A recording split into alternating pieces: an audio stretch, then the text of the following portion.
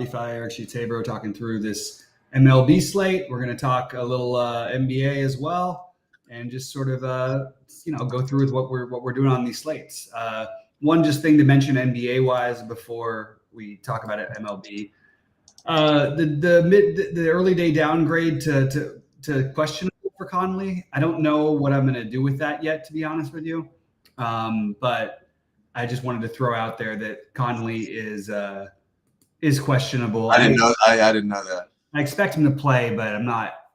You'd expect him to play. He's a pretty tough guy. He doesn't really miss games, but he might be hobbled, which might mean you want to take some shots on, especially I guess Nickeil Alexander-Walker would be probably the guy. All right, Sheik. So let's talk through your stuff here. What's going on? What are you liking? Well, I'm just firing it up right now. I just did the change to the projections, and now I'm just going to look at them and I'm just going to kind of build here. I haven't really figured it out. I mean, obviously, Dylan Cease is going to be near the, going to be at the top of everybody's list. He's going to be really chalky though, and then he's sort of expensive. So that's their main decision. Like before I even build, I just see that he's got such a big projection over everybody else that that's probably where you have to start. Figuring out what to do with that. Other pitchers, again, I'm just kind of looking at this. Is I'm seeing Sale and Gilbert is very similar. If you want to double pay up somehow, and then you want to pay down, it's going to be Ross and Waka. I think everything else is kind of low owned, right? If you get down to like Sonny Gray and Hunter Green, I mean, yeah, they're going to be. And even Chris Paddock, I still see him at 5% ownership. That doesn't seem to make a lot of sense to me. And I see Carlos Rodon at 5% ownership. That doesn't make a lot of sense to me either. Yeah, it is an interesting situation.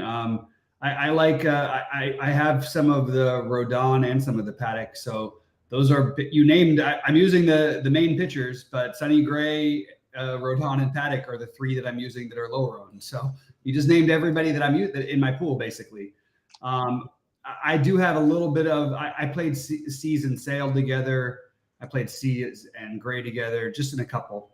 I'm not playing a ton of lineups, but my main pitcher is Cease. I am okay enough with the Joe Ross thing to where I think I'm going to do it. Because we'll get into the bats in a second, but my stacks are fairly expensive tonight, so I definitely needed to save a little somewhere, and I'm not willing to forego what I think is by far the biggest upside and probably the highest floor on the slate by a lot in Cease. So I would just play Cease and live with the results. Every now and then you have a bad game. You could just decide to fade him at high ownership on a big slate, and maybe he has a good game, but it's not the ultimate game. Sure, but if I'm doing that, I'm probably leaning more towards spending down because I think guys like Waka have a ceiling. I also think that he's, he could always get hit too, by the way. I also think Joe Ross is cheap enough, and Chris Paddock, as we mentioned before, just has been good enough, and maybe we need to start trusting what we've seen rather than the projections. Same with Rodon. So I agree with getting a little different in some spots, but mostly Cease is going to be in probably at least 50 or 60% of my lineups. So before I get into the DraftKings hitting, I'm going to look at FanDuel real quick, and it seems even more dramatic over there. I mean, Cease really, really stands out. If there was like a second pitcher, like to diversify with, I would probably take my chances and pay down a little bit. Maybe somebody like Reed Detmers can get through 6. Maybe Waka. Somebody like that. Before I just do the direct pivot, which is probably obviously like Sale or Gilbert. Right. I think that's what I would do if I was hand building. Before I actually do build, let's talk about the hitting. So you mentioned the Dodgers are going to be your main squeeze. Well, actually, I think Texas is my main stack and my highest buy-in. But the Dodgers are my next highest owned. Again, I know I sound like a broken record. I'm not playing as many lineups, so I'm not 20%, 15% of this or whatever. There's 2 stacks that I really like, and I just feel like if this game was, anything where you don't have, San Francisco playing in the stadium. And again, I just said before, I don't really worry about this team where they're playing the way I would other teams, because the power will come through anywhere. Betts and Ohtani have been free to run. You even get some running out of Freddie Freeman every now and then, and potentially down at the bottom of the order with Lux or Outman, depending on situations and whatnot. So there's chances you could, like, it's just a very high upside offense and in a good matchup. And I sort of want to ignore the weather. You know, I mean, it's not even bad weather; it's just San Francisco weather. And I really like Texas here. I feel like this could be an explosion game for them. So I would like to diversify what I've got currently, because I've got what you end up getting is you end up getting Jankowski in every lineup. I'm fine with that being in my biggest lineup, but if I'm going to stack Texas in like 5 different sets of lineups, I need to make sure to have some of Duran to Tavares, basically everybody. And everybody in this Texas lineup is dangerous enough. So I like this Texas and the Dodgers. Atlanta, Pittsburgh, and then Houston are the next ones for me, but I'm not playing enough lineups to get to that much of that. What do you got? I'm going to add a couple. St. Louis, again, I don't know if you talked about them, but they're cheap, and they're probably, you know, they look pretty good. And then the two teams that one team I played yesterday that they're still showing up again. I think it's kind of a two-pronger though, like Tampa against Pavetta in Boston. I'm seeing Tampa rating pretty well, and the other one I would mention is the Yankees. I see a very, very low ownership projection for these guys. That's an interesting point, the Yankees, because there is a chance with Paddock just reverting. You know what I mean? Back to just for one game, even. I could see that happening. I don't know what the bullpen looks like over there. It's a good bullpen for Minnesota. Okay. But still, I actually think it's pretty sharp. Like that Yankee one stood out to me the most of the ones that you mentioned. I just look, I keep doing this with St. Louis. There's just no way I'm going to do it, to be honest with you. Dylan Carlson's played like 10 games this year, Sheets. I've played him, I think, in probably all of those games because he's always been this price. Do you know how many hits Dylan Carlson has this year? Not a lot. Zero. Zero hits so far. That's not a lot. No, and yeah, sure, he only gets 2 at bats sometimes. He has 0 hits. I can't play these guys. Like I get it. And look, I'm going to be wrong some days, and they're going to go off. And last night they went off in the 8th inning out of the blue, which was, you know, and still they didn't, you know, I don't think anybody hit a home run. Maybe they got one. I don't know. It definitely makes sense from a pricing standpoint. It's a reasonable total even. That team has frustrated me more than any other team so far this season. So just to show like full process here, I might as well. You could talk through some stuff you want, but I'm just going to show what I'm doing. Yeah, let's do your thing. So I'm uploading everything to SaberSim right now. I'm excluding unlisted players, and the only thing is that this is actually fine. And I'm going to start with 50. I'm going to have them show the top 50. Actually, 55. No, 50 is fine actually. And I'll build the full 5,000 lineups. I mean, why not? And one thing I'll notice before I even launch this is that we do have all of the starters in, at least the first, almost all of them. Like we don't have Cincinnati. That's the only thing I don't have. Yeah. Right.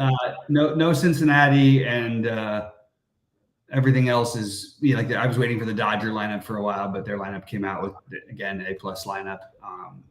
This is I'll tell you this, it's a pretty low total for Chicago, even though it's Sale. I don't know, 3.8 in Atlanta.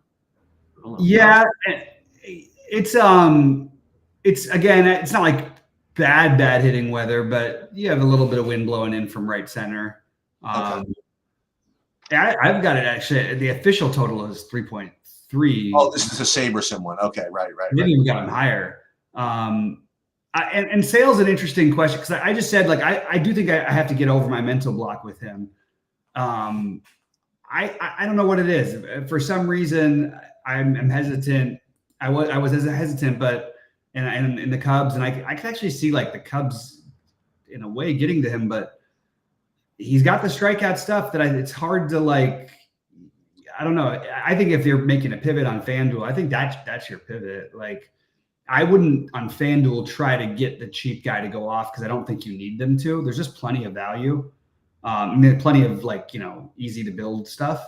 So I would probably look for the guy who I think has the highest ceiling. So you pick one of Sale, Gilbert, I guess some people would say Sonny Gray, but I would say Sale has a higher ceiling.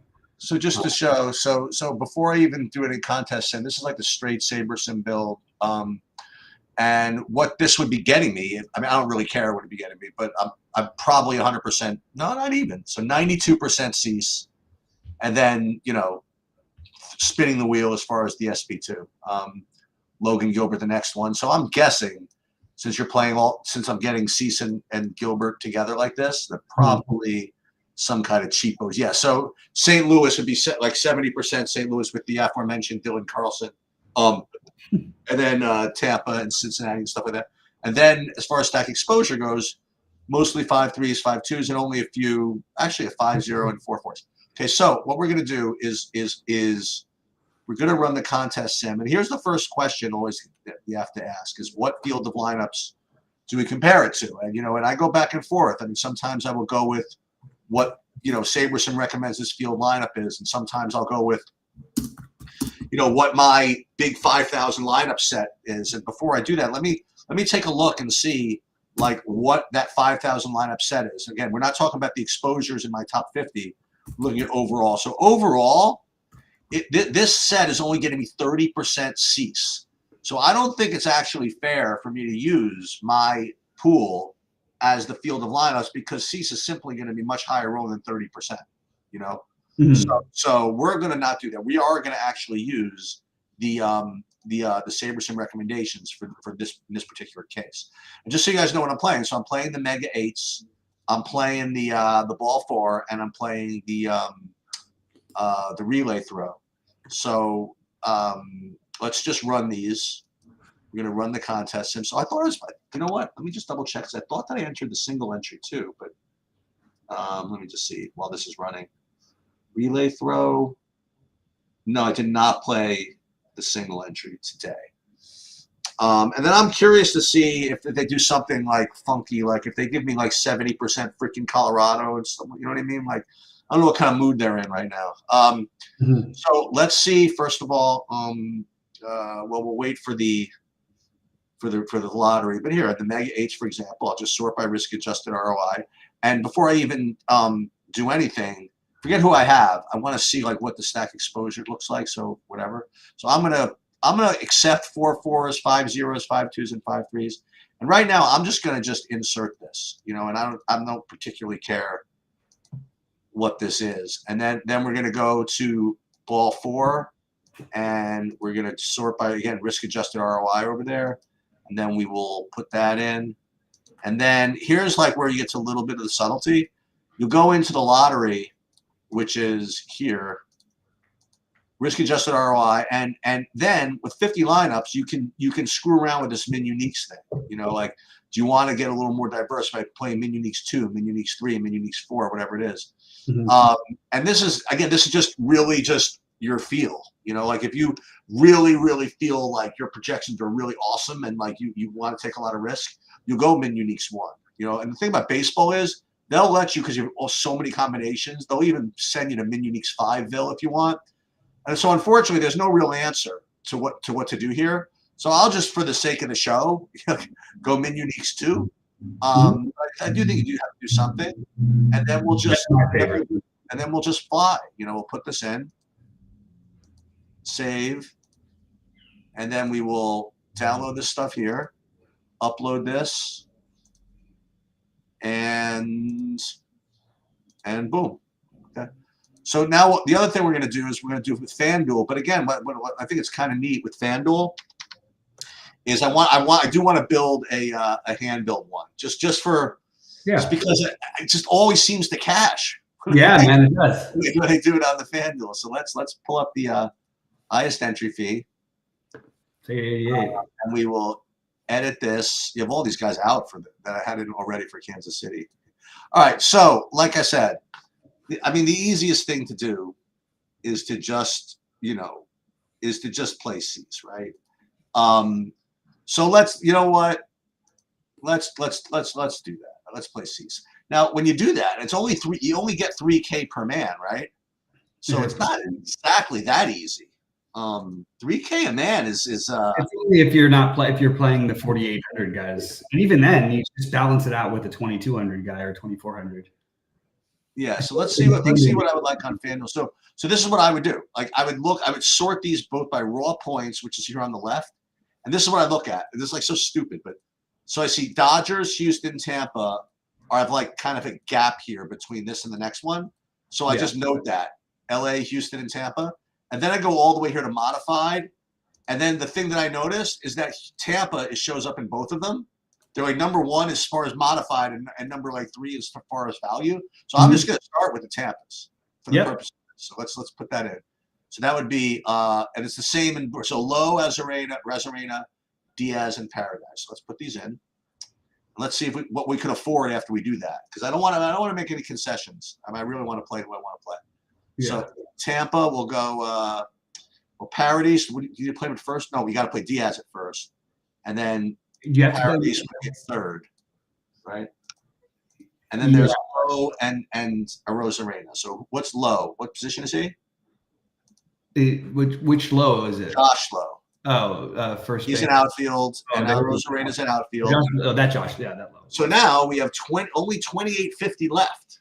That's fine per man. So to fill that in, we got to pick one from one of these others. So I really don't think I'm going to be able to play Dodgers.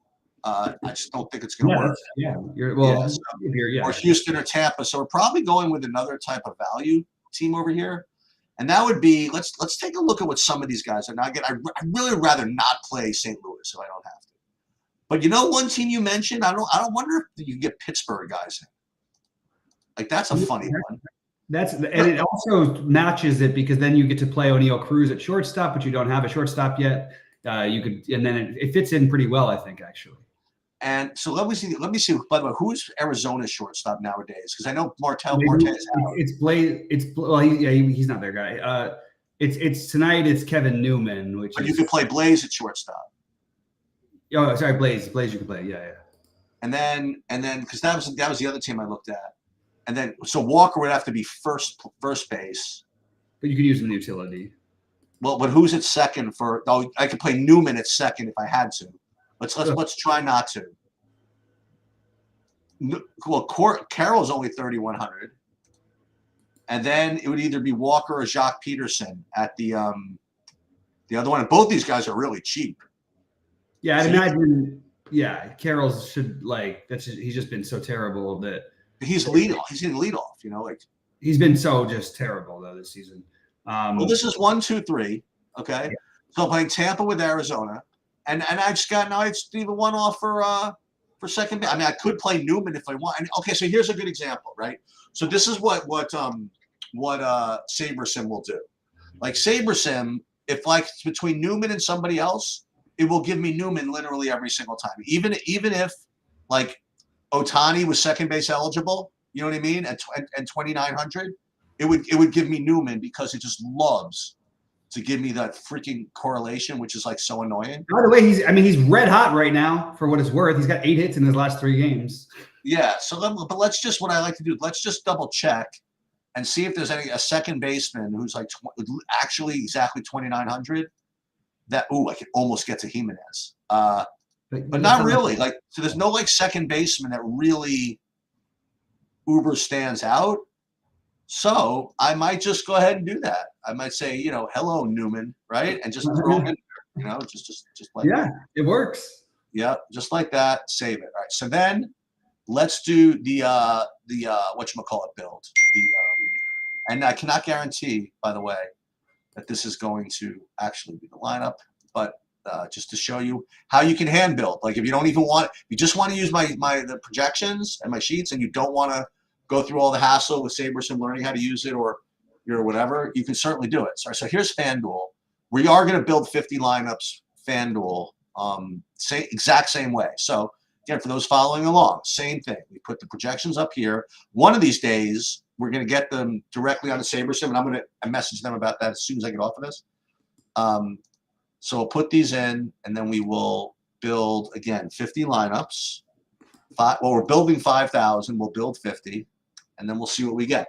I imagine it's going to be very similar. You know, I think mostly C's. But I don't know. Saberson could be somewhat frisky. You know, I think the last time I built like earlier today, it was giving me like 30% Waka or something like that.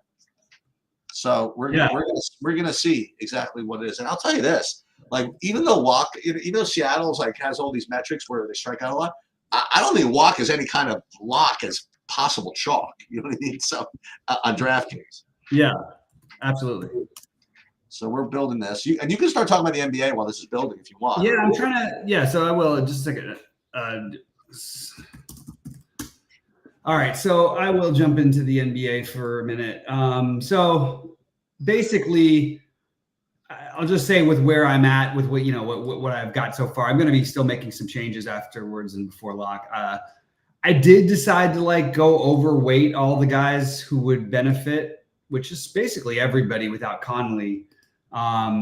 Naz Reid as the guy, because they played that big lineup with it. Chief, they played a lineup the other game, like when they were trying to come back, where they had Naz Reid, Rudy Gobert, Karl Anthony Towns, Jaden McDaniels, who's like the longest guy in the NBA, and Anthony Edwards. That was their five. They had literally like a 1 and 5 and 4 4 and 5s, you know, like wow. a 2 3 and 4 4 5s. So I'm like overweight Nickeil Alexander-Walker. I'm overweight Jaden Daniels also. I just am overweight basically the Minnesota thing in case anything happens with Conley. And my fear is not like I think he'll play. My fear would be more that if he's actually banged up because it's like a calf thing, you could see him limited potentially, which might mean more minutes for these guys. So it's speculative for sure. I even threw Kyle Anderson in a lineup in case because of the same reason. But that's one thing I decided to use from what we talked about earlier. I still am, and look, you're threading a little bit of the needle with McConnell. If you listen to every other show out there, they're basically everybody's screaming, "Don't play McConnell! It's a trash." Why? Well, because and the overall premise I agree with. It's you don't look for productivity, you look for opportunity. And he's not going to change his opportunity. He just has been playing really well. But it's the same series he's been playing really well in. And why can't that carry over on the road? Now, it is going to be frustrating when he doesn't close because they've made it pretty clear they're not going to close with him. But I still like getting overweight that play. And honestly, the ownership is nothing all that crazy. I'm way overweight Halliburton. I think this is way too cheap for Halliburton, actually, with the way he's been. I think we're all, forget the last game. He went crazy in 28 minutes, but like, the actual games where he's played his full minutes. He's put up 60, 65 and 7 in his last two. So I'm in on Halliburton tonight as my other big spend up along with Brunson. The Brunson one has made me a little more nervous as the day has gone on, just because I'm a little concerned about that he might be in a little bit worse shape than people are talking about. He's a tough guy, so you're not going to get much out of him. I know he's going to be popular, but Karl Anthony Towns is like one of my highest owned players. It's more almost like a mid-range price for him. I'm just going to load up on that. And I think Jokic is going to end up being lower owned than he's projected. I do like Jokic, but I mentioned the Christian Braun thing earlier. I have Christian Braun as my second highest owned player right now, because if you're going to tell me that they're going to close with him sometimes because they want him on Edwards, I'm going to buy in, because that was their problem in games 1 and 2. We didn't get to see it in game 3 because it was never close enough. So now Christian Braun, I'm counting on being the defender down the stretch if the game is close. And that means he'll probably play like 24 minutes where he's being projected to play like 18 or 17, actually. No, lower, 16. So I love the Braun idea. And if I'm not playing Braun, I'd like to get to Michael Porter Jr. because I think his ownership is already going to be lower. I think it's going to be lower than people are projecting anywhere. And I love the idea of a bounce back game. It's not that he's bounced back. He still played 35 minutes. He just didn't close because they didn't want to, they needed to put somebody on Edwards. So Michael Porter Jr., I try to keep him away from the Braun lineups, but he's going to be in some of them.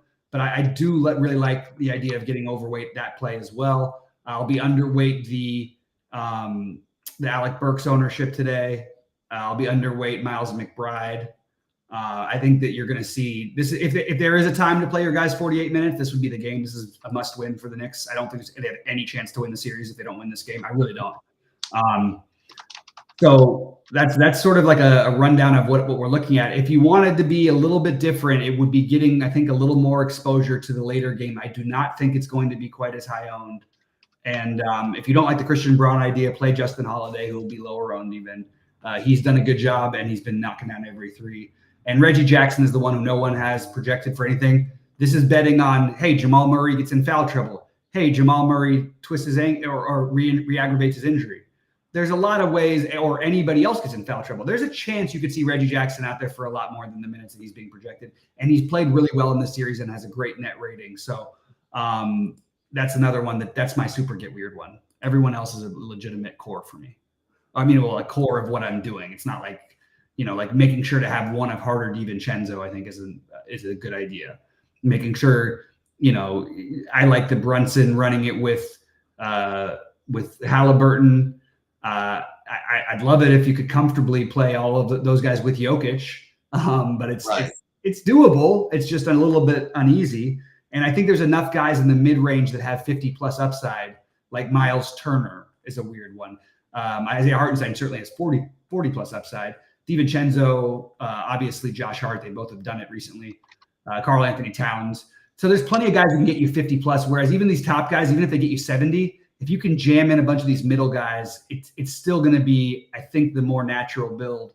Although I did want to try to overuse some of the value because I really think this is a good night for Jokic to get his 70-plus. This is a good night for Brunson to get his 60-plus. And it's a good night for Halliburton to get his 55-plus. And I just think that's already 205 points. Like, you know what I mean? Or sorry, that's already what is it? What did I say? 75? No, sorry. It's 190. You get 190 between those three guys, or actually 200-ish. 5 spots. It's doable. It's just depends on how you want to build it. I'm going to have exposure to both different types of builds, but the more natural one, I think, is trying to jam in and using Brunson as your highest spend up. I think that's going to be what most people do. Yeah. I agree, first of all, with the same as earlier. I mean, I actually do want to play McConnell, and let me tell you something. McConnell can just get it going. You know what I mean? He just can. He doesn't always, right? But on a 2-game slate, I mean, he can. What's his name? I mean, look, he's averaging 30 in this series, and the minutes haven't changed really. They've basically been the same amount of minutes every game, and people are saying, "Oh, but he's just playing so well." Well, he's 2 for 5 from 3, so nothing special over the top there. He had 12 assists and 10 assists in 2 different games. That's not a coincidence. You know what I mean? Well, he's playing well, so then they're going to play him. And he's going to push the pace. He's their pace generator. And when he plays, even when Halliburton's in there, they run everything. Like, he's every fast break, and he gets those assists. So I'm in on him. If he was going to be like 50% owned, I could certainly understand fading him. But you're telling me he's going to be 20% or lower, I'm in. I'm just going to keep riding it. It's worked out well in the series so far. I'm not going to stop now. And you were mentioning something about Nickeil Alexander-Walker earlier? That's the speculation on the Conley injury. Well, what I mentioned earlier was that his plus-minus is the worst of any player in the postseason this year, and it's in this series. But it's a little bit of bad numbers because a lot of those minutes came when they were the game they got smoked in Game 3. Which I think you just throw away those things. I'm afraid, though, however, that people are afraid, and I was a little at first too, that maybe he's going to get some of his minutes cut and they're going to tighten up the rotation. But then when we hear Conley's got a calf problem, I just think they have to, at the very least, if Conley has a calf problem and that's what you get announced as a midday downgrade after shoot around, that means that at least there's a chance he gets limited somewhat, which brought Nickeil Alexander-Walker back heavily into play for me from where I was not going to play him. Yeah, I mean, and and that's actually something to think about. I mean, it is a later game. Yeah. It's a later game, and who's to say that? I mean, there's no guarantee they release that information before the first game starts. Oh, I would be shocked if they did. I would guarantee it's going to be like a game time decision thing. If it's a calf thing that he hurt this morning, it's a must-win game on the road. Right. I think you're gonna have to try to test that one out. But I think he's going to play. But even if he plays, you're still getting a benefit of maybe it's aggravated. I mean, I hate to say that about a player, but maybe it re-aggravates, or maybe it's too aggravated for him to actually keep playing on. That would benefit hugely to Nickeil Alexander-Walker, or you know, if he was officially out, it would be Monty Morris is the guy we'd be talking about. But I don't know if Morris quite has enough. Morris he's in play too, I guess, but I like Shepard better. Oh, that's the other one I didn't mention. Shepard, I don't really understand why no one will play him. He's playing, you know, high teens of minutes, and you know, he's basically like 4 to 5xing every time at 3,300. If you wanted to jam in the big guys that I mentioned, you can make those plays. You can do the popular is the Burks one, but no one's doing the Shepard thing really. And people are also they're doing the McBride thing, but they're not really doing the Shepard who's 3,300. And there's Shepard and Christian Braun. I'm pairing together, and Christian Braun is, you know, because of what I saw. But the Shepard thing, like you put those two guys together, and then maybe you play Obi Toppin again. Now there's your value. You got some value there. You know what I mean? So I think you actually have, and you've got some upside with that value. So there's enough guys to, if you did want to make the Stars and Scrubs build work, you can. I like the idea of getting 2 of the big spend ups and 2 of the 8,700 plus guys with at least Josh Hart or Jamal Murray. That's sort of the more natural way to build. But if you can try to do one that you like with Jokic and Halliburton and Brunson, I think that's a pretty sharp thing. I don't think there's any way you can do it with Edwards. Also, I actually don't even think salary-wise it would work. But Jokic is a ridiculous price. We should point that out. Like, I mean, and what's he projected for? 65? It's a very reasonable projection. I think that's reasonable. I don't think it's like a lock to get 65 or anything like that. I agree. I think in this particular game at home, I would lean on this. I would be over 60 on him. But even look, anywhere around 60 at 11.3 is very reasonable if you can find the 3K guys who can 5X also. And I believe Christian Braun to be that guy tonight. So that's at least one. You know what I mean? How many teams are in this tournament? A 2,300? Hold on, in the lottery. Let's see. 23,529. Just want to see how funny I need to get as far as my dupes and stuff like that. Probably not that. Again, the NBA, you don't want to get too cavalier about your shit. Yeah. But let's just see something. Oh, I may as well share my screen while I do this. I do want to throw out that Naz Reid is now his ownership looks even lower. I love that play. I love Naz Reid. Another one that would benefit from Conley. Like I said, they played that big lineup. 2, Karl Anthony Towns has been the worst player. Was like the worst player on the court like twice in the last 3 games. And by the way, Gobert. What's his name? Jokic has absolutely zero trouble with Gobert at all. Like it doesn't matter. I actually think Naz Reid does a better job on him, and actually Naz Reid guards him more of the time these days when they're both in the game than Gobert does. But Naz Reid, I think, is a tremendous tournament play and just has we know what Naz Reid can do when he gets going. I did do a Geo Mean thing where I try to limit dupes a little bit, so I am going to get a little bit different. I like the Isaiah Jackson as well. I like him, whatever. He's just a guy, but I'm definitely getting some of him. You have me intrigued by what to do with this Mike Conley thing, though. I mean, you really don't have to do anything yet, but. Well, what you'd have to do would be to have those spots. And by the way, Nickeil Alexander-Walker is in play anyway, so why not just you know what I mean? Yeah. You have multiple outs, and that's my favorite way to play these playoff slates is to take the multiple outs and go, okay, well, if it doesn't work out, I've got plenty of other outs anyway. You could still get there. Or with Naz Reid, who also would benefit. Like Naz Reid can absolutely get there with Mike Conley playing. He just did it twice, like in this series out of 4 games. So that's the way I would look at it. We're going to do the showdown thing too. Why not? And again, I cheat a little bit with the showdown. I upload the regular classic slate projections, and then it says could not match these 16 because for the Knick game, all these guys are not in the Knick game, right? Yeah. So I'll just ignore that.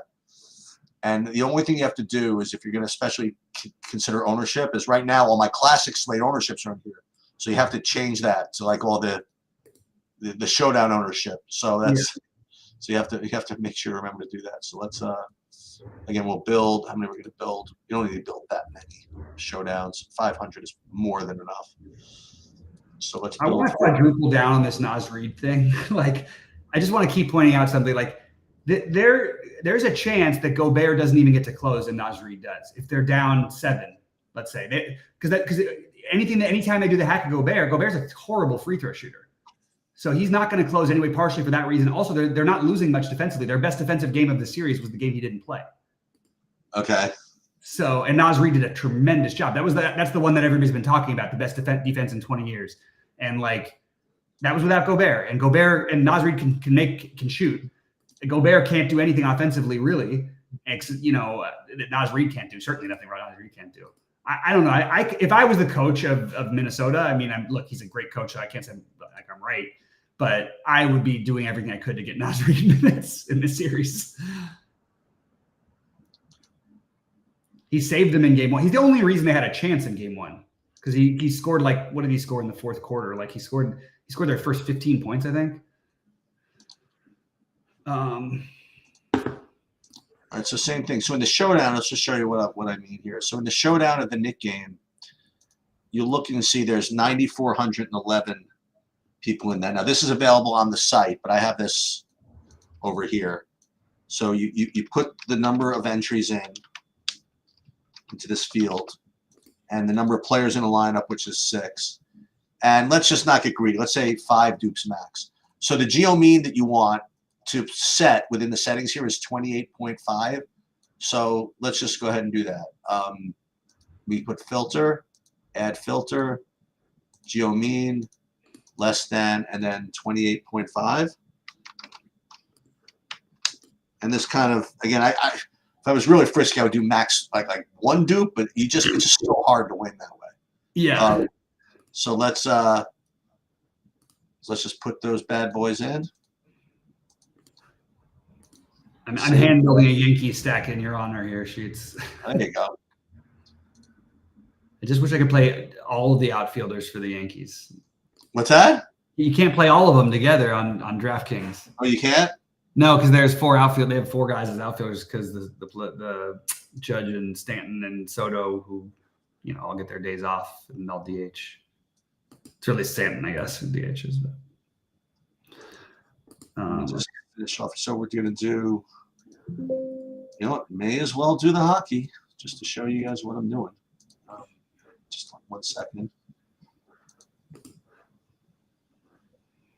And again, this takes advantage of all the work you do before because I made some changes to projections before and tweaked and did a couple of things. And all this is doing is the process of actually building the lineups. And again, everybody is different like this. I don't worry too much about who I have after I've already done all the work beforehand. So that is what it is. Yeah. You don't have to play that way. You could say, "Ooh, I don't want 40% of XYZ," but that's kind of work for me. So that's going to be right. So let's hold on. I just got to do the projections here for hockey still, and then I will show you how I build again. NHL, good. And just like the NBA, there are only going to be a few more 2-game slates in hockey as well. Rangers can't quite seem to close out Carolina. They were up 3-0, and now it's 3-2. That's all you need.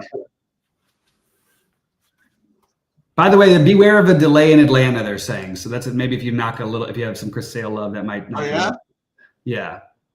It's always impossible to predict with Atlanta because they get those weird pop-ups and they tend to sometimes just like form over the stadium. They're really strange storms down there. I mean, honestly, that whole part of the world is just it's very unique.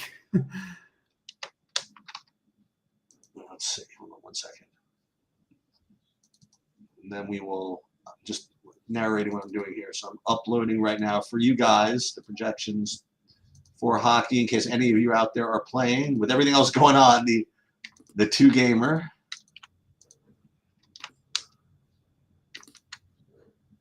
And we will reshare our screen. And we will do the same thing with the hockey. Okay.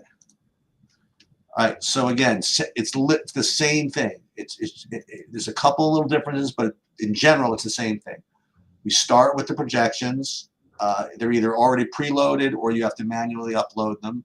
And this can be my projections, your projections, or just Roto Grinders projections, or any projections you want. Okay. And I like to click exclude unlisted players, and just gonna fire it. I'm gonna start with 40 lineups over here, and you don't need to build 5,000 when it's only a 2-game slate. We'll just build. And the one thing about, again, hockey, similar to baseball, like on a 2-game slate, I could care less. Like at 5-man stacks, 9-man stacks, 2-man stacks, you know what I mean? Like it just doesn't matter. It's just about a showdown. And here's one thing I have to keep an eye on: this Boston goalie doesn't look like he's confirmed yet, so I have to make sure who it's going to be. So it's literally the same thing. The regular lineups are here. We're going to run the sims, and I will tell you this: hockey, the sims have been very, very good to me with the hockey. Like the changes that they get to because of using them, and hockey has just been pretty cool. All right, so we're going to be rooting for. I mean, again, this is what I don't want to do this and have you guys say, "Ooh, when Chiefs was running his sims, he was getting X amount of XYZ, so I want to play them." That's not the way it works. It's because of the inputs I put in that I'm getting to them, and that's it. That's literally the only reason. Right. So let's just see. Save here. Let's also save this to the top shelf. This top one. Boom. So if you guys have any issues of transparency, you literally just saw every single lineup that I'm playing tonight built live, and I didn't release who the lineups were because I don't know who they are. So DraftKings can't be upset because I don't even know what I'm playing. So I'm not telling anybody because I don't even know my own self. Is San Diego a viable stack? Go for it. You can. Yeah, of course. Yeah, absolutely. Definitely wasn't like a priority for me, but totally fine with San Diego. Yes. So I'm going to actually get going. A lot of sports to root for, a lot of sports to sweat, and go Knicks. And don't forget, by the way, that there is that break in between those games. Make sure you late swap the 2-game slate and baseball and all of it. And we're ready to get after it. I'm gonna get out of here. Good luck, everybody. Good luck, man. All right, guys. Yeah, I think I'm gonna bounce as well. I'm updating my exposures in the MLB channel shortly. Good luck, everyone.